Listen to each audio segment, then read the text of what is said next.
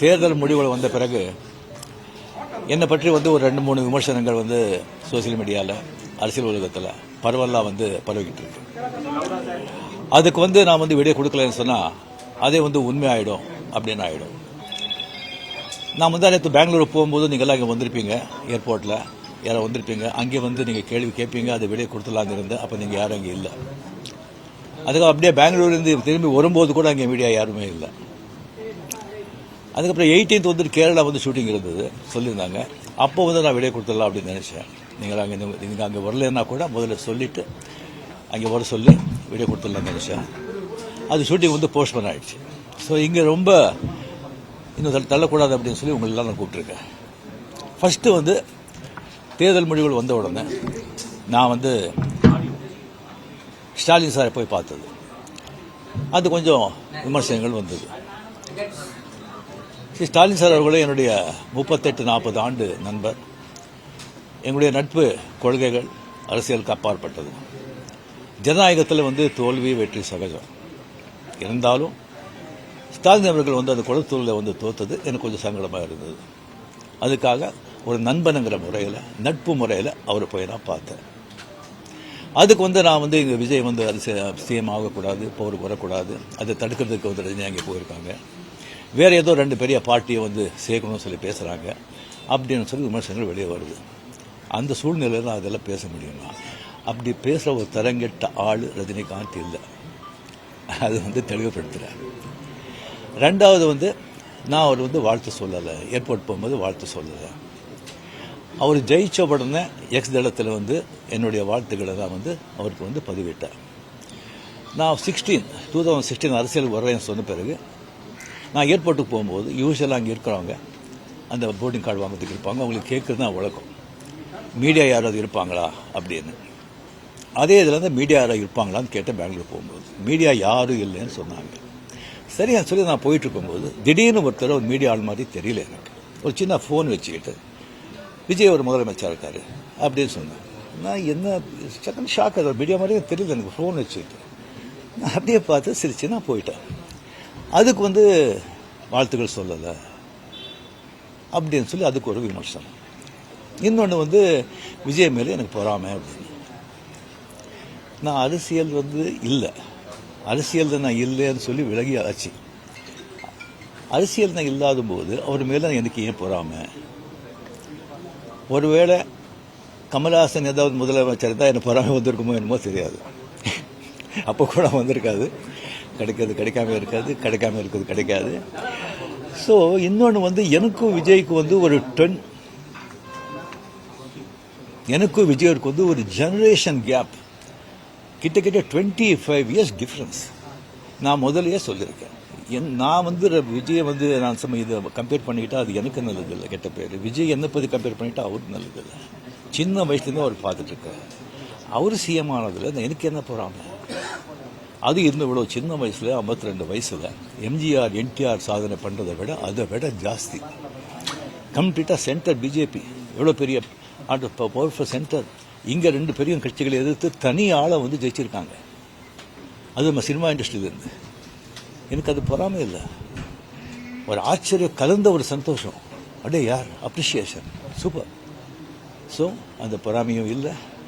விஜய் அவர்களுக்கு நிறைய எதிர்பார்ப்புகள் இருக்குது ஜனங்க மத்தியில். டெஃபினட்டாக அந்த எதிர்பார்ப்பெல்லாம் அவரை சந்தித்து மக்கள் நல்லது செய்வாங்கங்கிற நம்பிக்கை எனக்கு இருக்குது. அவருக்கு அதிக வாழ்த்துக்கள். ஓகே சார், திமுகவையும் அதிமுகவையும் நீங்கள் ஒரு பேச்சுவார்த்தை செய்து இணைந்து எடப்பாடியை முதலமைச்சராக முயற்சிகள் நீங்கள் எதுவும் செய்தீங்களா? சொல்லியாச்சு. உங்க ரசிகர்கள் என்ன சொன்னாங்கன்னா, நீங்க கட்சி ஆரம்பிச்சா நீங்க சிஎம் ஆயிருக்கலாம், கால சூழ்நிலை ஆகலன்னு ஒரு வருத்தப்படுறாங்க. சில பேர் சொல்றாங்க. நான் ஏன் அரசியலுக்கு நான் வரலையே சொல்லி ஒரு 3 பேஜுக்கு கம்ப்ளீட்டாக அறிக்கை எதுக்கு என்ன ஆச்சுன்னு சொல்லி கிளியராக நான் சொல்லியிருக்கேன். அது தெரிஞ்ச பிறகு அவங்க சொல்றாங்க சொன்னா அந்த ஆத்தக்கம் இருக்கும். இல்லை சொல்ல வரல. அது தெரிஞ்ச பிறகும் ஏன் வரலன்னு சொன்னாங்கன்னா எனக்கு ஒன்றும் சொல்ல தெரியல. இனிமே உங்க ரசிகர்களை கட்டமைக்கிறதுல என்ன மாதிரி இருக்கும்? இல்லைங்க, நான் முதலியே சொல்லியாச்சு. அவங்கவுங்க எந்தெந்த பார்ட்டி எந்தெந்த விஷயம் பண்ணுறீங்களோ அதை நீங்கள் தாராளமாக நீங்கள் போங்க அப்படின்னு முதலியே நான் சொல்லியாச்சு. எத்தனை மாட்டி நான் சொல்றது, நீங்களே சொல்றது. ஆக்ட் பண்ணுறாங்களே சொன்னால் அரசியல் வேறு, ஆக்ட் பண்ணுறது வேறு. ஆக்டிங் வச்சா ஹெல்த் வந்து எப்போ இதாவது ஆக்ட் பண்ணலாம் நீங்கள் வரலாம். அப்படியே அதை பாதிச்சக்கார ஒரு பொலிட்டிக்கல் பாதிப்பாங்க. அரசியல் விமர்சனம் பெரிய ரெஸ்பான்சிபிலிட்டி. கோடி கோடி மக்கள் அவ்வளோ ஈஸி இல்லை. நேற்று கமல் சார் வந்து சந்திச்சு 6 கோரிக்கை விட்டிருக்காரு திரையுலகத்தை பத்தி.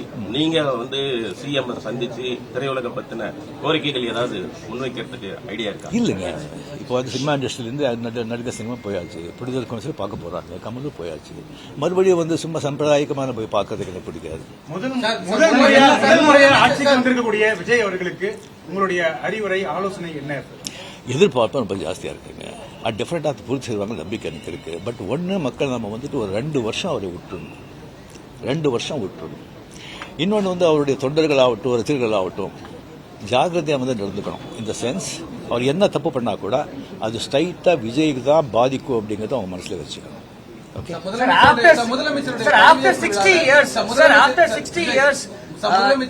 நான் திராவிடியன் பார்ட்டி வந்திருக்காங்க. ஒரு திராவிட கட்சி இல்லாத ஒரு கட்சி வந்து தமிழகத்தை ஆள்றாங்க.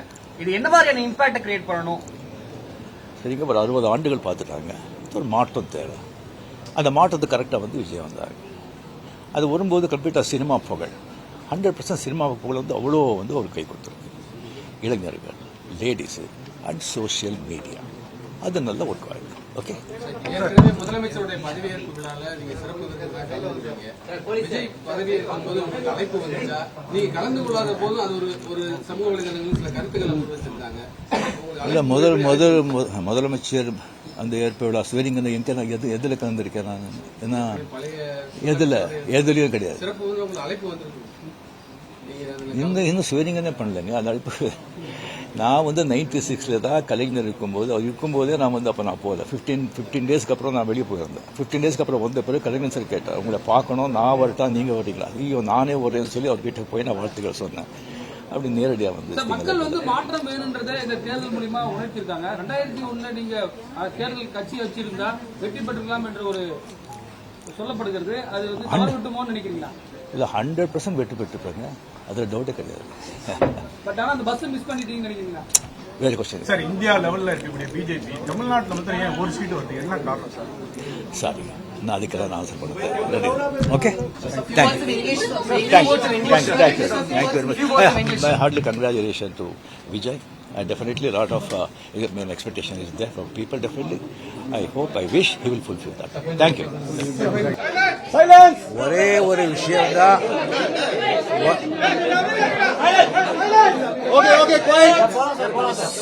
ஒரே ஒரு விஷயம்தான் கொஞ்சம் தவறாயிடுச்சு. ஸ்வேரிங் வந்து லாஸ்ட் ஜெயலலிதாவுடைய ஒரே ஒரு ஸ்வேரிங் வந்து நான் போயிருந்தேன். அவர் வந்து நான் வர்றதுக்கு வந்து அவர் ஆசைப்பட்டாரு அப்படிங்கிறதுக்காக நான் போயிருந்தேன். அது மிஸ் பண்ணிட்டேன். அது கிளியர் பண்ணேன். ஓகே.